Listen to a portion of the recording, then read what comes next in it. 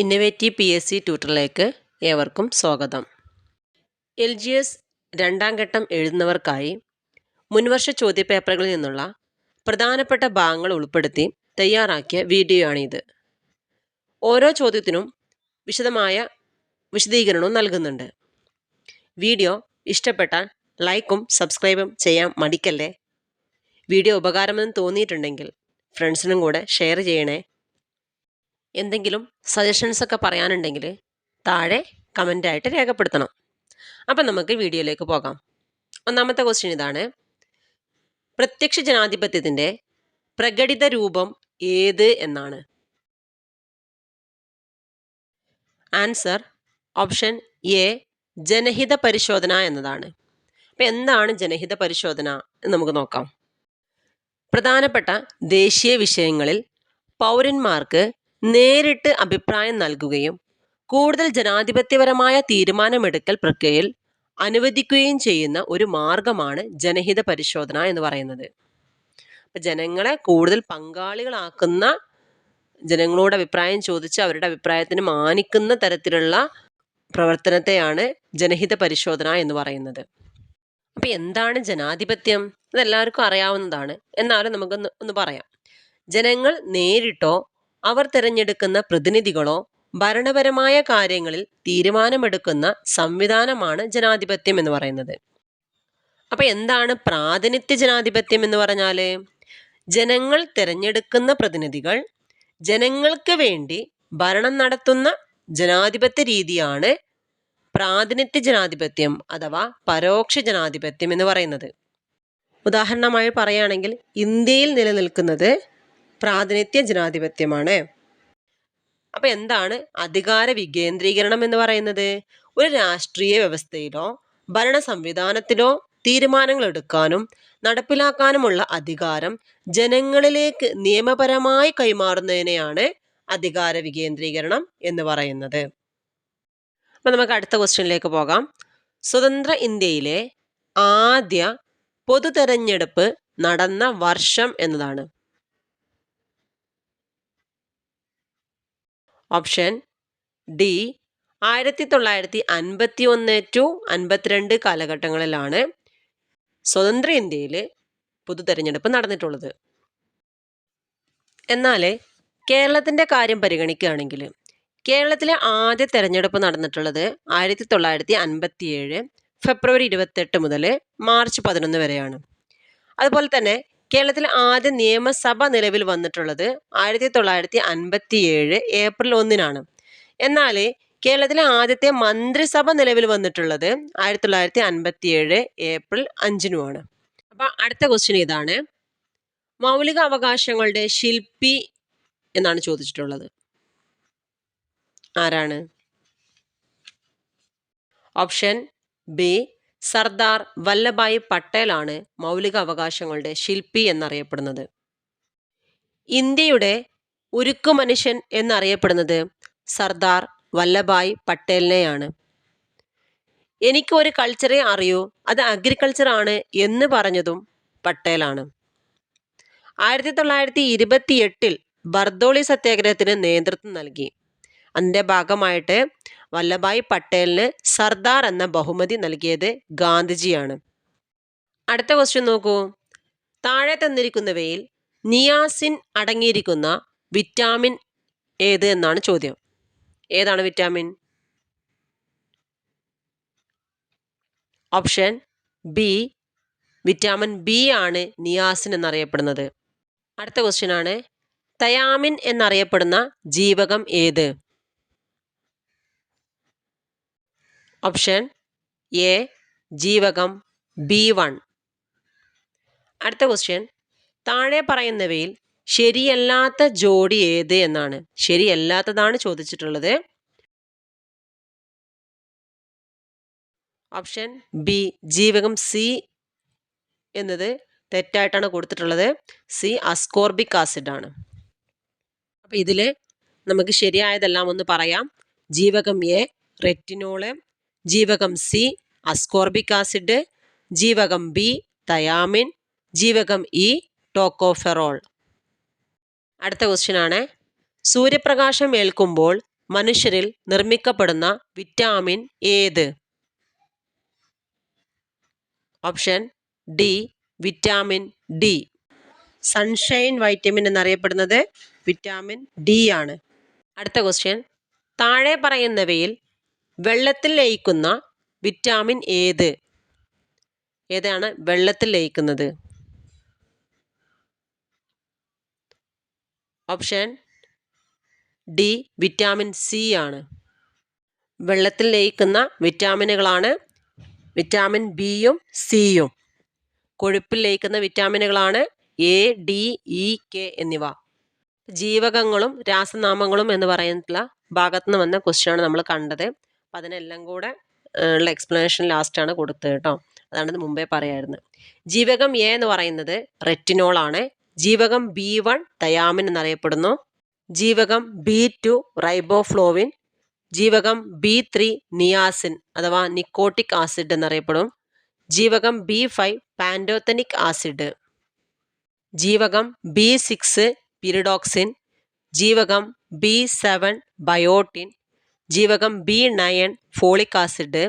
ജീവകം B12 cyanocobalamin. ജീവകം C ascorbic acid. ജീവകം ഡി കാൽസിഫെറോൾ. ജീവകം ഇ ടോക്കോഫെറോൾ. ജീവകം കെ ഫിലോക്കിനോൺ എന്നിങ്ങനെയാണ് പറയുന്നത്. അടുത്ത ക്വസ്റ്റ്യൻ ആണ്, കേരളത്തിലെ ഏറ്റവും വലിയ കായൽ ഏതെന്നാണ്? ഓപ്ഷൻ ഡി വേമ്പനാട്ട് കായലാണ്. കേരളത്തിലെ ഏറ്റവും വലിയ കായലാണ് വേമ്പനാട്ട് കായൽ. കേരളത്തിൽ ആകെ 34 കായലാണുള്ളത്. അതിൽ ഏറ്റവും വലിയ കായലാണ് വേമ്പനാട്ട് കായൽ. വേമ്പനാട്ട് കായൽ തന്നെ ഏറ്റവും വലിയ പ്രകൃതിദത്ത ദ്വീപാണ് പാതിരാമണൽ. ഈ കൊച്ചി തുറമുഖം സ്ഥിതി ചെയ്യുന്നതും നമ്മുടെ വേമ്പനാട്ട് കായൽ തന്നെയാണ്. ഈ വേമ്പനാട്ട് കായൽ ഏതൊക്കെ ജില്ലകളിലാണ്?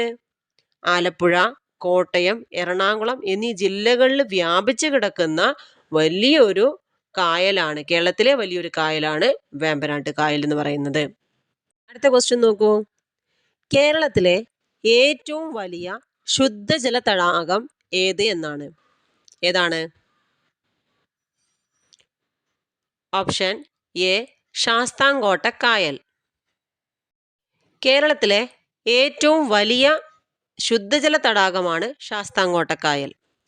ഇംഗ്ലീഷ് അക്ഷരമാലയിലെ എഫിൻ്റെ ആകൃതിയിലുള്ള കായലാണ് ശാസ്താംകോട്ട കായൽ. കായലുകളുടെ രാജ്ഞി എന്നറിയപ്പെടുന്ന കായലാണ് ശാസ്താംകോട്ട കായൽ. കേരളത്തിലെ ഏറ്റവും ചെറിയ ശുദ്ധജല തടാകം ഏതെന്ന് ചോദിച്ചാൽ അത് പൂക്കോട്ട് തടാകമാണ്, വയനാട് ജില്ലയിലാണ് കേട്ടോ. ശാസ്താംകോട്ട കായൽ എവിടെയാണ്? കൊല്ലം ജില്ലയിലാണ്. അടുത്ത ക്വസ്റ്റ്യൻ നോക്കൂ, 1991 ഇന്ത്യയിൽ നടപ്പിലാക്കിയ പുത്തൻ സാമ്പത്തിക നയത്തിൻ്റെ സവിശേഷതകൾ എന്തെല്ലാം എന്നാണ് ചോദിക്കുന്നത്. ഏതൊക്കെയാണ്? ഓപ്ഷൻ സി ആണ് 1ഉം 2ഉം അതിൻ്റെ ആൻസറാണ്. അപ്പോൾ ഏതൊക്കെയാണ്? ഉദാരവൽക്കരണം, സ്വകാര്യവൽക്കരണം, ആഗോളവൽക്കരണം എന്നിവയായിരുന്നു പുത്തൻ സാമ്പത്തിക നയത്തിൻ്റെ സവിശേഷതകൾ. മലയാളത്തിലെ ആദ്യ ചെറുകഥയായ വാസനാവികൃതി ഏതു മാസികയിലാണ് പ്രസിദ്ധീകരിച്ചിട്ടുള്ളത്? ഓപ്ഷൻ ബി വിദ്യാ വിനോദിനി. അടുത്ത ക്വസ്റ്റ്യൻ, രാഷ്ട്രപതിയുടെ ചുമതലകളിൽ ഉൾപ്പെടാത്ത പ്രസ്താവന ഏത് എന്നാണ്? ഏതാണ് ഉൾപ്പെടാത്തത്? ഓപ്ഷൻ ഡി രാജ്യസഭാ സമ്മേളനങ്ങളിൽ അധ്യക്ഷത വഹിക്കൽ എന്നത് ഇതിൽ ഉൾപ്പെടാത്തതാണ്. അപ്പോൾ ഉൾപ്പെടുന്നത് ഏതെല്ലാമാണെന്ന് നോക്കാം. അടിയന്തരാവസ്ഥ പ്രഖ്യാപിക്കൽ, സർവ്വസൈന്യാധിപൻ, ദയാഹർജിയിൽ തീർപ്പ് കൽപ്പിക്കൽ. രാഷ്ട്രപതിയെക്കുറിച്ചുള്ള കുറച്ച് കാര്യങ്ങൾ നമുക്ക് നോക്കാം. രാഷ്ട്രത്തിൻ്റെ തലവനാണ് രാഷ്ട്രപതി. കേന്ദ്ര മന്ത്രിസഭയുടെ തലവൻ എന്ന് പറയുന്നത് പ്രധാനമന്ത്രിയാണ്. മാറിപ്പോകരുത്, കേന്ദ്ര മന്ത്രിസഭയുടെ തലവൻ പ്രധാനമന്ത്രിയാണ്. രാഷ്ട്രത്തിൻ്റെ തലവൻ പ്രസിഡന്റാണ്. ഭരണഘടന അനുസരിച്ച് ഇന്ത്യൻ യൂണിയന്റെ എക്സിക്യൂട്ടീവ് അധികാരങ്ങൾ നിക്ഷിപ്തമായിരിക്കുന്നത് രാഷ്ട്രപതിയിലാണ്. എന്നാൽ ഈ അധികാരങ്ങൾ യഥാർത്ഥത്തിൽ അനുഭവിക്കുന്നത് പ്രധാനമന്ത്രിയുടെ നേതൃത്വത്തിലുള്ള ക്യാബിനറ്റാണ്. ഇന്ത്യയുടെ പ്രഥമ പൗരൻ എന്നറിയപ്പെടുന്നത് ആരെയാണ്? രാഷ്ട്രപതിയെയാണ്. ഇന്ത്യയുടെ സർവ്വസൈന്യാധിപൻ എന്നറിയപ്പെടുന്നതും രാഷ്ട്രപതിയെ തന്നെയാണ്. രാഷ്ട്രപതിയെ തിരഞ്ഞെടുക്കുന്നത് പാർലമെന്റിലെയും സംസ്ഥാന നിയമസഭകളിലെയും തിരഞ്ഞെടുക്കപ്പെട്ട അംഗങ്ങൾ ഉൾക്കൊള്ളുന്ന ഇലക്ട്രൽ കോളേജാണ് രാഷ്ട്രപതിയെ തിരഞ്ഞെടുക്കുന്നത്. ഇതിൽ സിംഗിൾ ട്രാൻസ്ഫറബിൾ വോട്ട് വഴി ആനുപാതിക പ്രാതിനിധ്യ സമ്പ്രദായമാണ് രാഷ്ട്രപതിയെ തിരഞ്ഞെടുക്കുന്നത്. രാഷ്ട്രപതി തിരഞ്ഞെടുപ്പിന് നേതൃത്വം നൽകുന്നത് കേന്ദ്ര തിരഞ്ഞെടുപ്പ് കമ്മീഷനാണ്. രാഷ്ട്രപതി തിരഞ്ഞെടുപ്പിലെ തർക്കങ്ങൾ പരിഹരിക്കുന്നത് സുപ്രീം കോടതിയാണ്. രാഷ്ട്രപതിയുടെ കാലാവധി 5 വർഷമാണ്. 5 വർഷത്തിന് ശേഷം എത്ര പ്രാവശ്യം വേണമെങ്കിലും പ്രസിഡന്റ് സ്ഥാനത്തേക്ക് മത്സരിക്കാവുന്നതാണ്. രാഷ്ട്രപതിക്ക് സത്യവാചകം ചൊല്ലിക്കൊടുക്കുന്നത് സുപ്രീം കോടതി ചീഫ് ജസ്റ്റിസ് ആണ്. രാഷ്ട്രപതി രാജിക്കത്ത് സമർപ്പിക്കുന്നത് ഉപരാഷ്ട്രപതിക്കാണ്. അടുത്ത ക്വസ്റ്റ്യൻ, നബാർഡ് സ്ഥാപിതമായ വർഷം എന്നതാണ്. ഓപ്ഷൻ എ 1982 നബാർഡ് രൂപീകൃതമായത്. 1982 ജൂലൈ 12 നബാർഡ് രൂപീകൃതമായത്. നബാർഡിന്റെ ആസ്ഥാനം എവിടെയാണ്? മുംബൈയിലാണ്. ഇനി എന്തിനു വേണ്ടിയിട്ടാണ് ഈ നബാർഡ് രൂപീകൃതമായിട്ടുള്ളത്? കൃഷിക്കും ഗ്രാമവികസനത്തിനും വേണ്ടിയുള്ള ദേശീയ ബാങ്കാണ് നബാർഡ്. നബാർഡിന്റെ രൂപീകരണവുമായി ബന്ധപ്പെട്ട കമ്മീഷൻ ഏതാണ്? അത് ശിവരാമൻ കമ്മീഷനാണ്. അടുത്ത ക്വസ്റ്റ്യൻ ആണ്, കൽക്കരി നിക്ഷേപം കൂടുതലുള്ള ഇന്ത്യൻ സംസ്ഥാനം ഏതെന്നാണ്. ഏതാണ്? Option D Jharkhand. ഇന്ത്യൻ ഭരണഘടനയിലെ നിയമവാഴ്ച എന്ന ആശയം ഏത് വിദേശ ഭരണഘടനയുടെ സ്വാധീനത്താൽ ഉൾപ്പെടുത്തിയതാണ്? Option C Britain. വേറെ എന്തെല്ലാം ആശയങ്ങളാണ് നമ്മൾ ബ്രിട്ടനിൽ നിന്നും കടമെടുത്തിട്ടുള്ളത് നോക്കാം. പൗരത്വ നിയമങ്ങൾ, പാർലമെന്ററി സമ്പ്രദായം, നിയമനിർമ്മാണ പ്രക്രിയ, അടുത്ത് കൂട്ടുത്തരവാദിത്തം, അടുത്തത് സ്പീക്കറും കർത്തവ്യങ്ങളും. ഇതൊക്കെ നമ്മൾ ബ്രിട്ടനിൽ നിന്നാണ് കടമെടുത്തത്. കൂടാതെ രാഷ്ട്രപതി നാമമാത്ര തലവൻ എന്ന നിലയിൽ first past the post system, attorney general, auditor general, റിട്ടുകൾ, നിയമവാഴ്ച, തെരഞ്ഞെടുപ്പ് കമ്മീഷൻ, പൊതു തിരഞ്ഞെടുപ്പ് തുടങ്ങിയ കാര്യങ്ങളെല്ലാം നമ്മൾ എവിടുന്ന് കടമെടുത്താണ്? ബ്രിട്ടനിൽ നിന്നുമാണ് കടമെടുത്തിട്ടുള്ളത്. റിട്ട്, ബ്രിട്ടൻ, അങ്ങനെയൊക്കെ ചിലതൊക്കെ നമുക്ക് ഒപ്പിക്കാൻ പറ്റും. അതുപോലെ അമേരിക്കയിൽ നിന്നും കടമെടുത്ത ആശയങ്ങളാണ് മൗലിക അവകാശങ്ങൾ, ആമുഖത്തിൻ്റെ മാതൃക, സുപ്രീം കോടതി മാതൃക, നീതിന്യായ പുനരവലോകനം, സ്വതന്ത്ര നീതിന്യായ വ്യവസ്ഥ, ഇംപീച്ച്മെന്റ്, രാഷ്ട്രപതി ഭരണത്തലവൻ എന്ന നിലയിൽ ഉപരാഷ്ട്രപതി, പൊതു താൽപര്യ ഹർജികൾ എന്നിവ നമ്മൾ അമേരിക്കയിൽ നിന്നും കടമെടുത്ത ആശയങ്ങളാണ്. അടുത്ത ക്വസ്റ്റ്യൻ, ഇന്ത്യൻ ഭരണഘടനയിലെ അനുച്ഛേദം 19 പ്രകാരമുള്ള സ്വാതന്ത്ര്യങ്ങളിൽ പെടാത്തത് ഏത് എന്നാണ്. ഏതാണ് പെടാത്തത്? ഓപ്ഷൻ സി ആണ്. 3 മാത്രമാണ് പെടാത്തത്. വിദ്യാഭ്യാസത്തിനുള്ള അവകാശം മാത്രമാണ് ഉൾപ്പെടാത്തത്. ഇന്ത്യൻ ഭരണഘടനയിലെ ആർട്ടിക്കിൾ 19 6 മൗലിക സ്വാതന്ത്ര്യങ്ങളെക്കുറിച്ച് പറയുന്നുണ്ട്. 1 അഭിപ്രായ സ്വാതന്ത്ര്യം, 2 ആയുധങ്ങളില്ലാതെ സമാധാനപരമായി സമ്മേളിക്കുന്നതിനുള്ള സ്വാതന്ത്ര്യം, 3 സംഘടനകൾ രൂപീകരിക്കുന്നതിനുള്ള സ്വാതന്ത്ര്യം, 4 സഞ്ചാര സ്വാതന്ത്ര്യം, 5 ഇന്ത്യയിൽ എവിടെയും താമസിക്കുന്നതിനുള്ള സ്വാതന്ത്ര്യം, 6 മാന്യമായ ഏത് തൊഴിലും ചെയ്യുന്നതിനുള്ള സ്വാതന്ത്ര്യം. ഈ സ്വാതന്ത്ര്യങ്ങളിൽ നിന്നും സ്വത്തവകാശം എന്ന് പറയുന്ന സ്വാതന്ത്ര്യം 19(1) എഫിലായിരുന്നു അത്. 44-ാം ഭേദഗതി പ്രകാരം അതെന്ത് ചെയ്തു? ഈ സ്വാതന്ത്ര്യങ്ങളിൽ നിന്നും എടുത്തു കളയാണ് ചെയ്തിട്ടുള്ളത്. സ്വത്തവകാശത്തെ 300A വകുപ്പിലെ നിയമ അവകാശമാക്കിയിട്ടാണ് ഉൾപ്പെടുത്തിയിട്ടുള്ളത്. വിദ്യാഭ്യാസ അവകാശം ആർട്ടിക്കിൾ 21A ഉൾപ്പെടുത്തിയിട്ടുള്ളത്. 21A 19 ആർട്ടിക്കിൾ 21A വിദ്യാഭ്യാസത്തിനുള്ള അവകാശം ഉൾപ്പെടുത്തിയിട്ടുള്ളത്. അത് 86 ഭേദഗതി 2002 ഇത് ഭേദഗതി വരുത്തിയത്. 93 ഭേദഗതി ബില്ലാണ്. അത് പ്രകാരം 6 വയസ്സ് മുതൽ 14 വയസ്സ് വരെയുള്ള കുട്ടികൾക്ക് സൗജന്യ വിദ്യാഭ്യാസം മൗലികാവകാശമാക്കി കൊടുത്തു. അടുത്ത ക്വസ്റ്റ്യൻ ആണ്, ഹരിത വിപ്ലവത്തിന്റെ സവിശേഷതകളിൽ ഉൾപ്പെടാത്തത് ഏത് എന്നാണ്. ഏതാണ് ഉൾപ്പെടാത്തത്? ഓപ്ഷൻ ഡി, കർഷകരുടെ കുടിയേറ്റമാണ് ഉൾപ്പെടാത്തത്.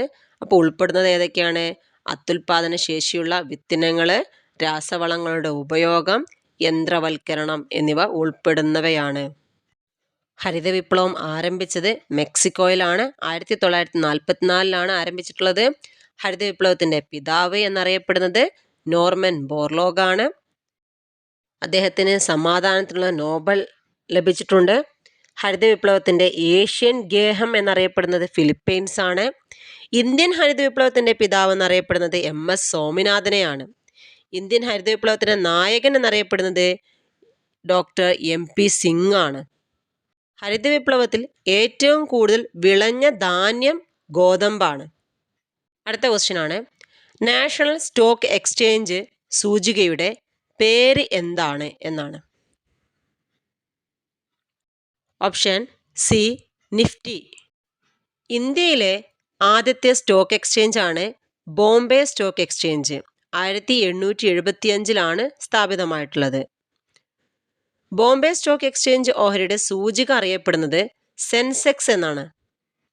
ഈ ബോംബെ സ്റ്റോക്ക് എക്സ്ചേഞ്ച് സ്ഥിതി ചെയ്യുന്നത് ദലാൽ സ്ട്രീറ്റ്, മുംബൈയിലാണ്. ഇന്ത്യയിലെ ഈ ഓഹരി വിപണികളെ നിയന്ത്രിക്കുന്ന സ്ഥാപനം ഏതെന്ന് ചോദിച്ചാൽ അത് സെബിയാണ്. സെബിയാണ് securities and exchange board of India എന്നാണ് അതിന് ഫുൾ ഫോം. 1988 ഇത് സ്ഥാപിതമായിട്ടുള്ളത്. ഇതിൻ്റെ ആസ്ഥാനം മുംബൈയിലാണ്. ഈ സെബിക്ക് സ്റ്റാറ്റ്യൂട്ടറി പദവി ലഭിച്ചത് 1992 ഏപ്രിൽ 12. അപ്പോൾ എല്ലാവർക്കും വീഡിയോ ഇഷ്ടമായെന്ന് പ്രതീക്ഷിക്കുന്നു. അടുത്ത വീഡിയോയുമായിട്ട് ഉടനെ കാണാം. Thank you.